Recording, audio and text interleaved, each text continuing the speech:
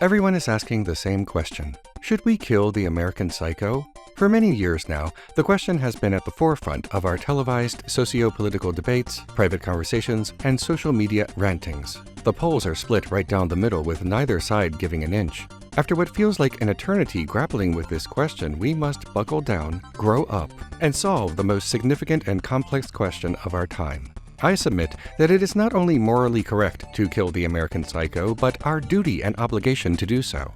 As Americans, we can no longer permit this American psycho to continue to ruin our great land with his psychosis. People of courage need to stand tall, join hands, and as one nation finally kill the American psycho. The world will thank us for our bravery. If you like what I do, please subscribe and click the bell so that you never miss a video. Support me on Patreon, link in the description. Who is the American psycho? He is employed by a bank called Pierce & Pierce, and he works in Manhattan. By day, he specializes in mergers and acquisitions. By night, he murders New Yorkers. Some have argued that he has murdered more than only New Yorkers due to the enormous amount of tourists that move in and out of Manhattan. Therefore, this is not only a New York problem. By his own accounting, the American psycho has murdered approximately 20 people thus far. His motivations are presently unknown. For the time being, let us divorce ourselves from the moral implications of killing the American psycho and instead focus on the immediate and long-term practical benefits. Anyone who has spent even a small amount of time on social media over the past several years has encountered people publicly stating that they are waiting for someone to kill the American psycho. Is today the day? They will ask. I can't believe nobody has done it yet, they will incredulously state. Invariably, someone who approves of the actions of the American psycho will reply with some pithy rejoinder about why this is wrong, and some paranoid, self-appointed security specialist will denounce this talk as bad OPSEC. When all the crying and bellyaching has concluded, no discernible progress has been made. Regardless of how anyone feels about killing the American psycho, are we not desperate for a conclusion to this endless waiting game and public shouting match? So long as the American psycho lives, we will be held captive by his mere existence. Every single day until he passes away of natural causes, we will have to think about what the American psycho is doing and why nobody has slashed his throat yet. If someone were to kill the American psycho, we wouldn't have to speculate about when someone is going to kill him anymore. Isn't that an unassailable good? Those who want him dead will be happy, and those who want him alive won't have to argue with those who want him dead anymore. There is no other way to conclude this because neither side is going to give in. The best thing that we can do to end this divisiveness is to simply run over the American psycho with a sports utility vehicle or shoot a poisonous dart into his neck with one of those, what do they call them, blowguns? That should do the trick. Why does the American psycho even have defenders? Aren't his actions unambiguously evil? Who is following the actions of the American psycho and concluding that what he is doing is good for America? Is it because he calls himself the American psycho? How easily are people fooled by this false and manipulative patriotism? But I digress. Killing the American psycho would benefit everyone, especially whoever physically performs the killing. Imagine being the one to do it. Such a person would have a permanent smile written across their face for the rest of their days. Are we really going to deprive this hypothetical assassin of their joy? Let's do something kind to a stranger and let them kill the American psycho. I've got to return some videotapes. Senator, thank you very much for spending the time to have this conversation. It's good to be with you. I want a country that has a leader who wants to kill us. President Trump wants to kill us. I want dictators that are viciously anti-America. I want our enemies in power. I want our friends out of power. I could not agree more. Death to America. I totally agree. But violently. I totally agree. What the hell are we doing? We need to use military force. A popular uprising, violently. I want an injection of crack. Okay, I'm mixing my metaphor because you don't inject crack, but you get what I'm saying. Try. I think Donald Trump was a bad guy. He was killing his own citizens when Obama was president. He had chemical weapons that were very dangerous. Netanyahu was a horrible human being. He murdered and tortured people. Unequivocally bad guy. Tear down Israel. Oh, I must have No, I've not said that once. Look, nobody in their right mind likes us and wants to be friends with us. You're right to be concerned. Like, wait, how is it better to have lunatics who hate us in charge? Whenever the topic of killing the American psycho comes up, whether it's at the dinner table, on the bus, or at a protest against the proliferation of psychos, someone always tut-tuts and says, "Excuse me, but if we kill the American psycho, aren't we as bad as him?" Well, no, we're not. The American psycho, by his own admission, has chopped up about 20 people so far. A non-psycho will never be as responsible for as many killings as a psycho. No matter how hard we try, the American psycho will always be more dangerous than we are. Thus, my arithmetic says that we are not as bad as the American psycho, even if we kill him. If this moral arithmetic is too weird, then let's break it down. Right now, there are over 300 million Americans. What if we all, as a group, decide to kill the American psycho? That means that each of us would only have killed 1/300 millionth of a person. Why, that's barely murder at all! Even if we were to ignore the mathematics involved, we would clearly be killing the American psycho in self-defense. He is responsible for the deaths of many Americans, and we could be next. In fact, we will be next. What's more, the American psycho sometimes eats his victims. We are not suggesting that we eat the American psycho. Imagine the nitrates. So no, we are not as bad as him. So let's just stop talking about that right now. All this ethical hand-wringing serves to defend the American psycho and his psychotic routine. While we're asking our priests and philosophy majors whether or not it's morally defensible to kill the American psycho, do you know what the American psycho is doing? Killing people. Eating people. We're playing right into his hands. If the American psycho were to tell you that it's wrong to kill him, that argument would be in bad faith. He would be trying to use your superior morals to continue his murder spree. Don't let him. A common argument against taking justice into our own hands is, where does it end? If we kill the American psycho, who's next? Another psycho like American Psycho American Girl? If we justify killing the American psycho, couldn't we also justify killing regular psycho?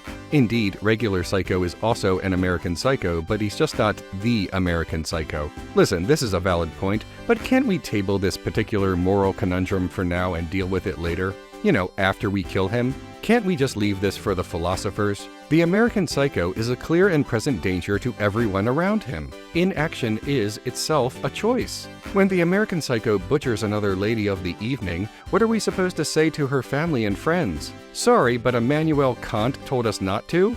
We need to collectively stop worrying what a bunch of dead white boys would say about our current predicament. Can you even imagine someone saying that about your deceased loved ones? How much of a relief would it really be if your pals were hacked up with an axe, but the people who knew it was going to happen chose to be conscientious objectors? Let's get real, shall we? I guess I was probably returning videotapes. Netanyahu is a religious zealot. He is a lunatic, but a particularly dangerous kind of lunatic. I am concerned about it. Concerned? Aren't you horrified? I want to see what they do. There is a very real possibility they would use a nuclear weapon. Israel would detonate it. That's a call to violence, which I am calling for. You will renounce Jesus. You will renounce Jesus. You will.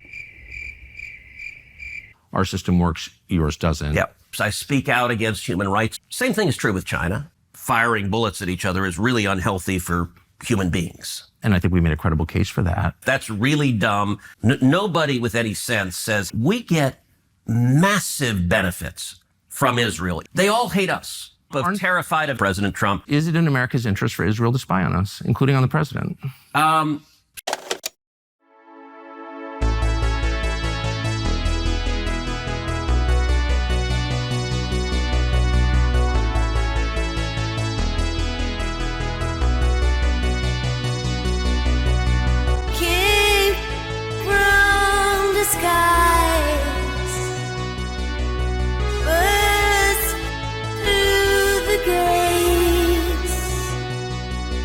No mercy or disguise, with their hearts set out in flames. I know I've seen the master flare. Came from the sky, all shades of green. Do a lot of coke and vote for Ronald Reagan. Do a lot of coke and vote for Ronald Reagan.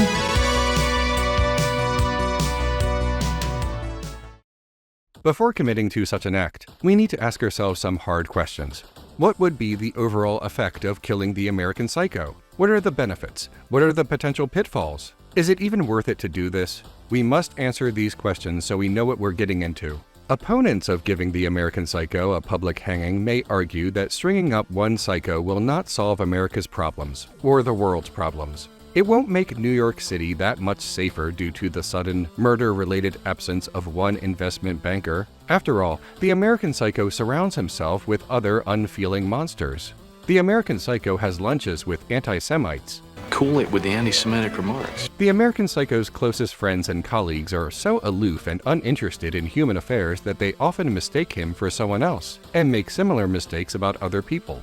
Every tailor-suited creepazoid within the American Psycho's orbit is approximately as inhuman as he is. We don't have evidence that they, too, enjoy slicing and dicing the homeless, but it would be hard to imagine that they would even care if said homeless people died. Nevertheless, the fact that the demise of the American Psycho would only do so much good does not mean we should avoid committing ourselves to it. Some lives could be saved. Other lives could be improved. Furthermore, killing the American Psycho would be so broadly admired that it could inspire other good citizens to kill other psychos. Even if that does not turn out to be the case, and this ends up being a lone killing, well, we have to start somewhere. Indeed, we should adjust our expectations about the effect of killing the American Psycho, but we should still be pleased with the outcome, however marginal it may be. We should also address the elephant in the room. Why not simply have the American Psycho arrested? Wouldn't that prevent him from going on any more chainsaw rampages just as much as killing him? Why not work within the system? To that I say, come on now, let's not be naive. Let's not fool ourselves and talk ourselves out of this with the childish fairy tale of American justice. We all know that the American Psycho is far too wealthy and too well connected to ever go to prison. If the American Psycho were ever arrested, he would just use his high-priced lawyers to delay his trials indefinitely. If he were ever shockingly convicted of his crimes, the sentence would not involve any time behind bars. The American Psycho is consistently hounded by a detective. Yet, this detective made no arrest and has given no real indication that an arrest is forthcoming. Mostly he just lunches with the American Psycho and grins through enormous teeth. Nobody is going to solve our American Psycho problem. Nobody but us. Our choice is clear. Supporters of the American Psycho will retreat to their pre-approved talking points and easily digestible sound bites. They will argue that the American Psycho should not be killed and should actually be praised for some of his actions. Let's not shy away from this, else we will be accused of cherry-picking our arguments. In fact, let's steel-man their points and start with their strongest argument for us not killing the American Psycho. The faithful will remind us all that the American Psycho has done some unassailable good deeds, such as murdering Jared Leto. How we have all longed to annihilate Jared Leto with an axe. We all thought about it, contemplated how we would do it, even got as far as the planning stages and getaway car rental, but it was the American Psycho who finally took action and slammed a big, heavy axe right into his stupid face. The American Psycho had the guts to get this bloody job done. It took a lot of care and a lot of newspapers.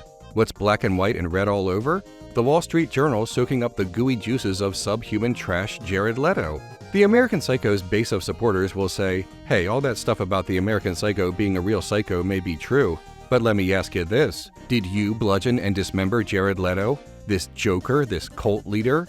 Admittedly, this is a powerful argument and one that has no easy response on the debate stage. However, we must understand that these supporters are leaving out a lot of important context. The ultimate fate of Leto is called into question when the American Psycho asks his lawyer about the whereabouts of the aforementioned busted-up freak show loser that everybody hates. The lawyer claims that such a murder would be impossible. The supposed victim was cited in England. It's possible that the American Psycho faked the demise of Jared Leto. Everyone universally wants Jared Leto to be chopped up into chunks. If he's walking around being Jared Leto, we're unhappy.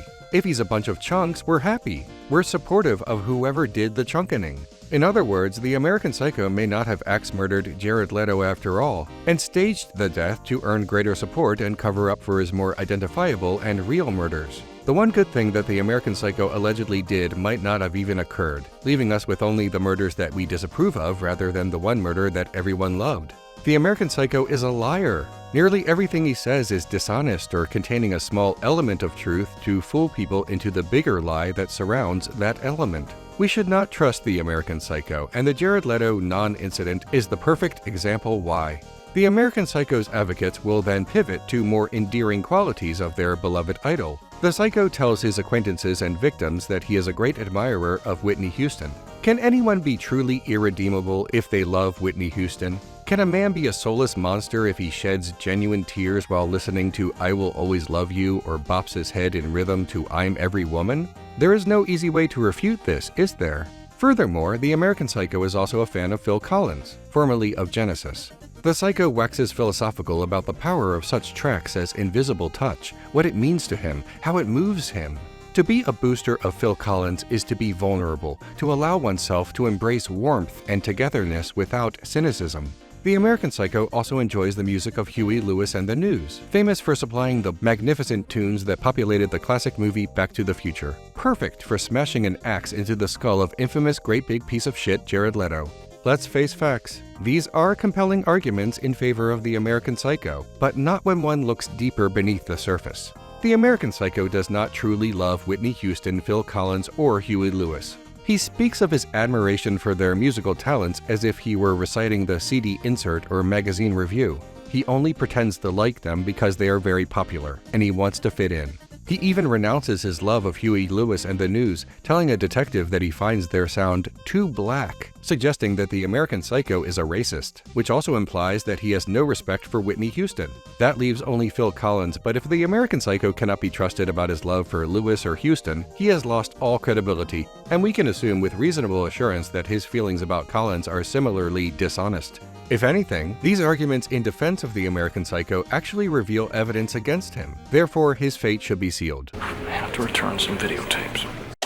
If you take out Trump, I don't know if the next guy isn't just as bad. We need to defend Trump. Decapitate Trump. I don't understand why that's too much to ask. I have called for killing the Ayatollah. I have not called for killing Trump. It's Israel's goal. Are you trying to murder Americans? I mean, I've taken so many different positions over the years, some of which have been wrong. And Israel doesn't. Israel. I'm telling you what I believe. I'm not disputing the anti-Semite stuff. That's the point of our founding documents. And you're for that. Why is that? What do you mean? I didn't say I'm for that. You don't seem to have a problem with it. Why don't I care? I don't know why. You tell me. I was wrong. As I have been many times. It's hilarious. And I would use moral suasion. What happens then? How many people live in Iran, by the way? I don't know the population. At all? How far away is the sun? 92 million. Shut up about the sun. Good. Well, I appreciate your taking all this time. Sure. And I know you didn't mean it.